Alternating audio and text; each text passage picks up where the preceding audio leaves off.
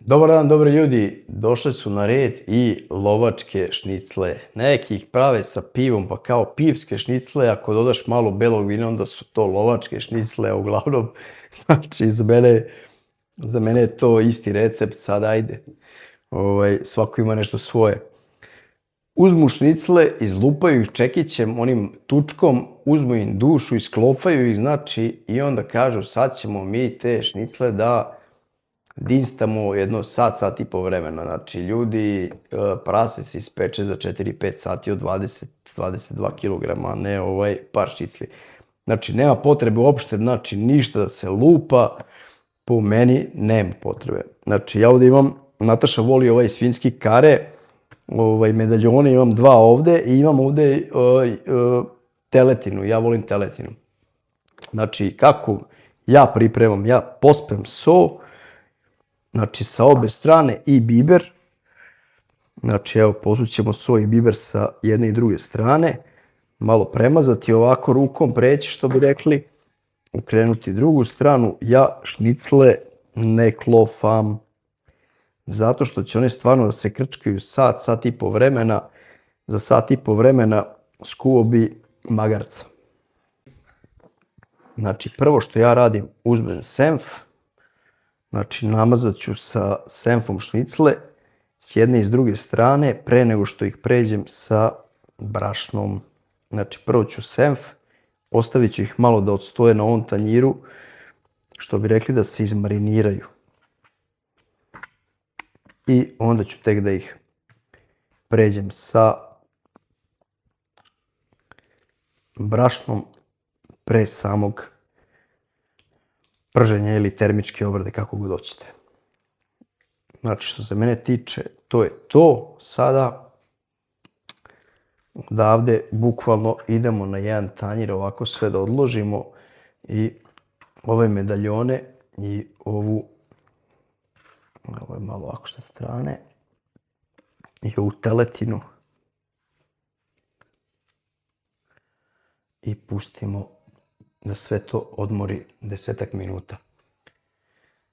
Ja ću to sve spremati u jednoj, evo ovakvoj posudi. Znači, bitno je da je onako prečnika malog većeg, da možda poređete sve te 4 šnicle i da nije plitka, da je malo dublja. Ja ću koristiti ovu posudu, uzeo sam neke pečurke, ovo nisu šampinjoni, znači do vas je pečurke koje kod želite i luk ću iseći 2 glavice luka na polumesece. Znači vidim da mnogi seku luk onako na sitno, a lovačke šnicle se u stvari prave stvarno, znači ja gde god sam jeo ranije kad sam bio u Srbiji i živeo tamo i kogod je pravio, luk se uzme na polumesece i se iseče onako na, što bi rekli, na krupno i tako se dinsta, znači ne na sitno. Tako da lovačke šnicle, sitno seckan luk ne ide po meni, na polumesece pun pogodak. Znači, meso se malo izmariniralo, za to vreme ja sam isekao luk na polumesece, ovdje imam 2 glavice luka, ništa. Uzet ćemo ovo meso, samo ćemo proći kroz brašno s obe strane. Znači, imamo na mesu senf, imamo na mesu brašno i to je to. Znači, mi treba samo, što bi rekli, da ga zatvorimo. Ništa više. Znači, upalio sam tamo ulje da se greje, to jest šerpu sam ugrejao i dodao sam ulje.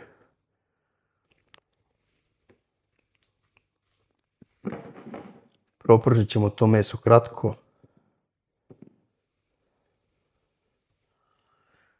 Znači, ovo je sve što nam je potrebno za ovo jelo. Uzeo sam neke, kažem, pečurke. Oni inače i ne idu u lovačke šnicle, to je neko pomodarstvo, ali ajde i ja ću da ih koristim danas, pošto moja supruga voli da pojede neke pečurke.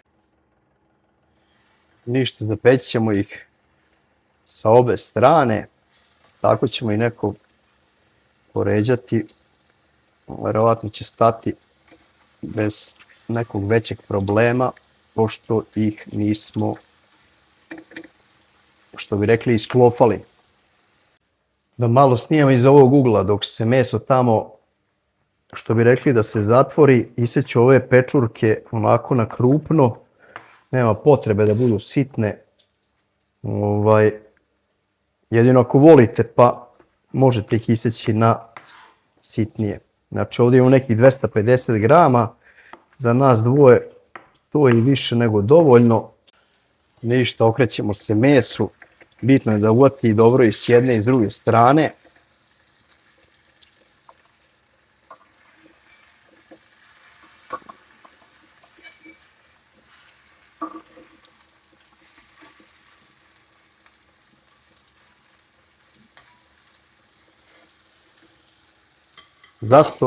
Zašto ja ne koristim viljušku? Zato što svaki put kad probodete meso, dozvolite mesu da sokovi izađu iz njega. Znači kad god možete koristiti ove mašice ili hvataljke, zovite i kako god želite.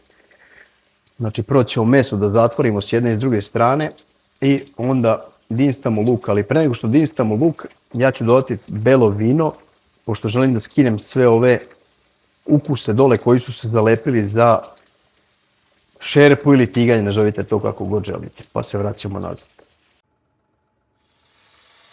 Morao sam skloniti malo na stranu, zato što je da ulje malo stane.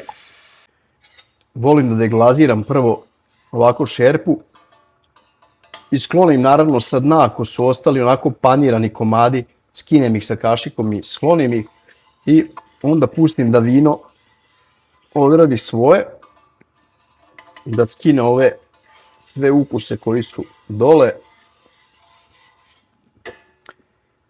i tek onda dodajem luk. Znači pustim da ispari alkohol. Znači vi svakako luk trebate da dinstate, pa trebate da dinstate da li ćete dodati vodu ovdje ili će ostati ovo vino posle alkohola koji je ispario, sasvim je sve jedno. Evo dodat ću sol unutra odmah. Znači kao što možda vidite ovdje još ima dosta tečnosti i od luka i od vina. Ali bitno je da alkohol ispario napolje. Luk se onako, što kažemo, stakleni pomalo. I za mene je ovo već neki moment da bih ja dodao ove pečurke. Spuštam pečurke odmah unutra i one će veoma brzo, što bi rekli, da splasnu, pošto su, kao što bi rekli, za sve pečurke 90% i više sastav je voda. Malo pomognemo da se to desi, posolimo samo malo. I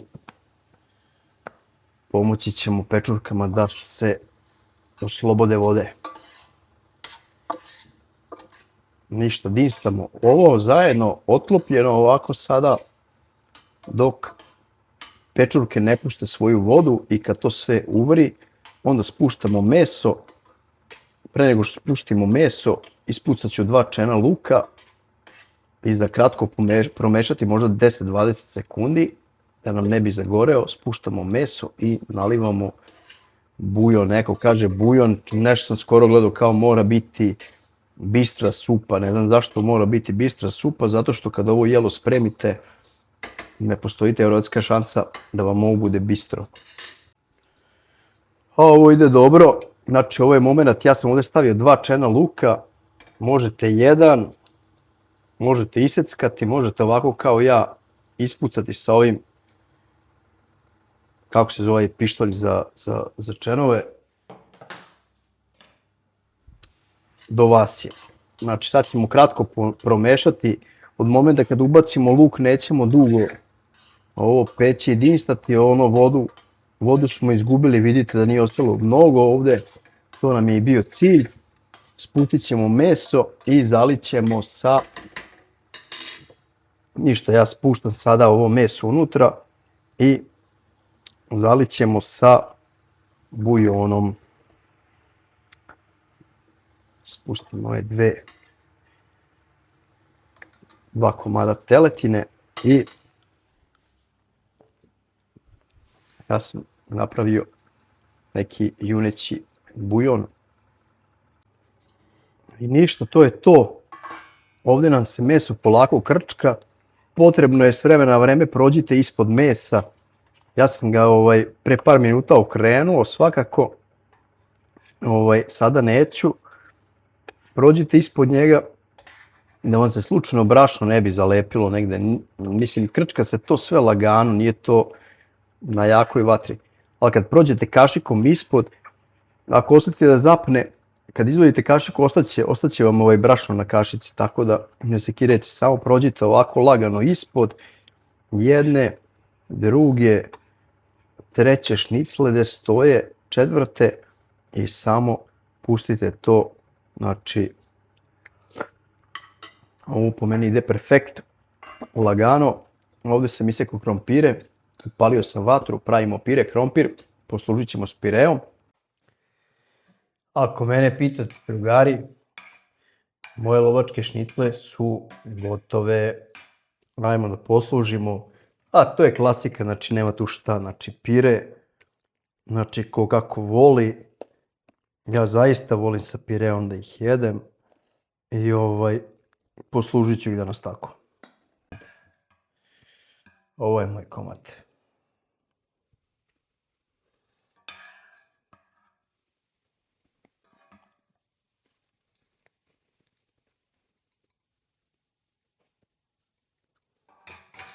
Opala. Pa da probamo, drugari. Ovo je ono o čemu ja govorim.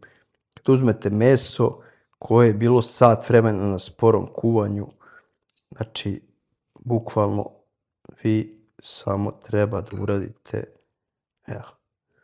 Znači, da li je potrebno uzeti, isklofati šnicle, lovačke pripreme prvo, a druga stvar, senf se ovdje stavlja iz razloga da bi se šnicle omekšale.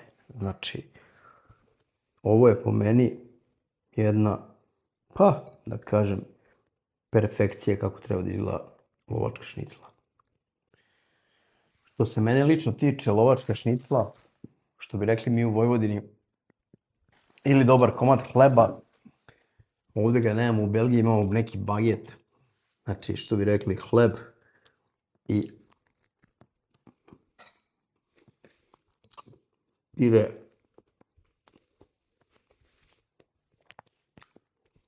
krompir i meso.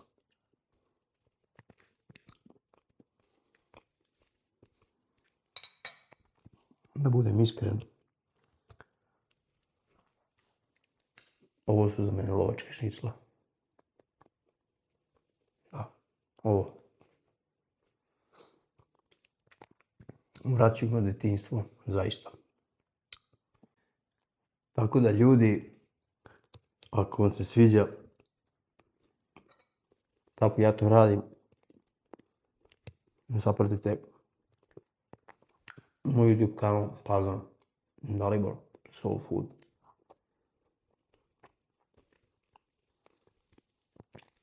Ovo je par excellence.